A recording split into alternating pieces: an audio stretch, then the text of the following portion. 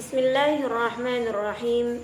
Assalamualaikum warahmatullahi wabarakatuh. Alhamdulillahi musallian ala Muhammadin wa alihi wa man tala wa ba'd. Sahabat yang dimuliakan Allah Subhanahu wa taala, melanjutkan pelajaran kita pada syarah matan Tuhfatul Atfal yang ditulis oleh Syekh Sulaiman Al-Jamzuri.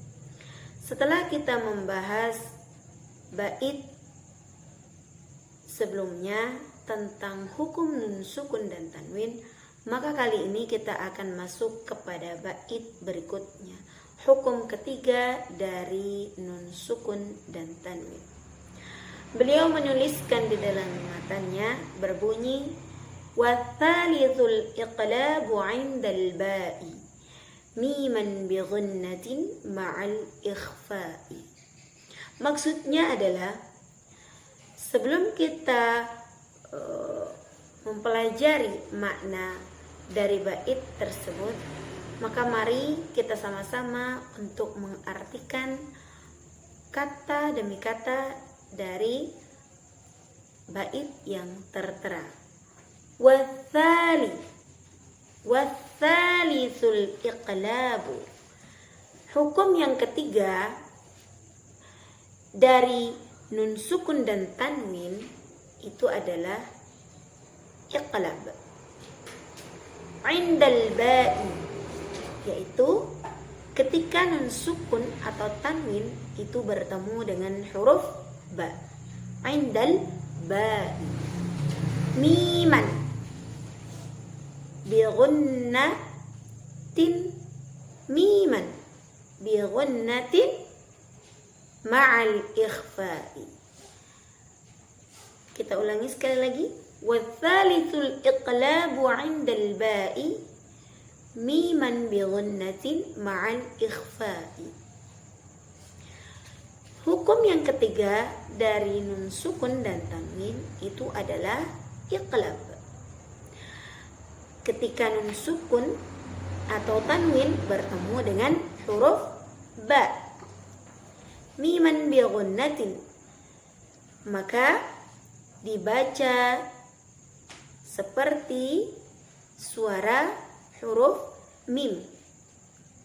Bi ghunnatin, dengan didengungkan, ma'al ikhfa'i, dan disamarkan atau disertai dengan suara yang disamarkan. Sahabat yang dimuliakan Allah Subhanahu wa taala, mengkaji bait berikutnya dari matan Tuhfatul Atfal yang dikarang oleh Syekh Sulaiman Al-Jamzuri. Dalam syarahnya atau penjelasannya dijelaskan bahwasanya hukum yang ketiga dari nun sukun atau tanwin itu adalah disebut dengan sebutan iqlab. Kenapa dikatakan iqlab? Sebelum kita membahas definisi daripada iqlab, perlu diketahui arti iqlab secara bahasa yaitu menukar atau membolak-balik. Maksudnya di sini adalah membalik atau menukar huruf ba tersebut. Ketika nun sukun bertemu dengan huruf ba, maka ditukar suara tersebut menjadi huruf mim. Itulah yang dimaksud dengan bait tadi, miman bi ghunnatin, yang dibaca secara seperti suara mim yang didengungkan, ma'al ikhfa'i, disertai dengan suara yang disamarkan. Maka definisi secara kaidah ilmu tajwid adalah apabila terdapat huruf nun sukun atau tanwin bertemu dengan huruf ba, maka hukum bacaannya disebut dengan iqlab. Cara membacanya yakni menukar suara huruf nun menjadi suara huruf mim yang disertai dengan Cara baca mendengung serta disamarkan. Itulah penjelasan dari bait yang kita bacakan saat ini.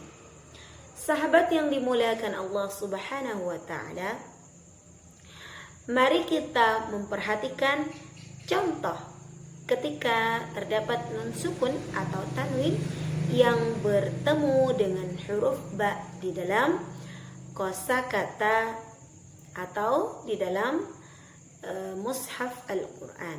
Ketika kita menemukan huruf nun atau tanwin yang berdampingan dengan huruf ba, maka hukum bacaan itu disebut dengan iqlab.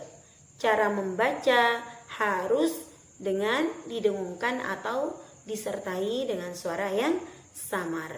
Huruf nun disamarkan atau huruf nun ditukar suaranya menjadi huruf mim. Contoh, kosakata min dan kosakata ba'di. Misalnya, kosakata min dan kosakata ba'di.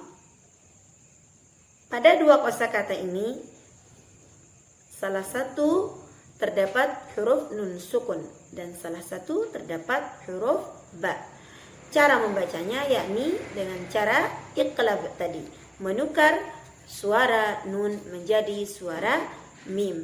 Contoh, min ba'di tidak dibaca secara idhar ataupun secara idgham, min ba'di, melainkan dibaca dengan cara iqlab atau hukum yang sudah dituliskan oleh Syekh Sulaiman Al-Jamzuri, yakni menukar suara nun menjadi suara mim.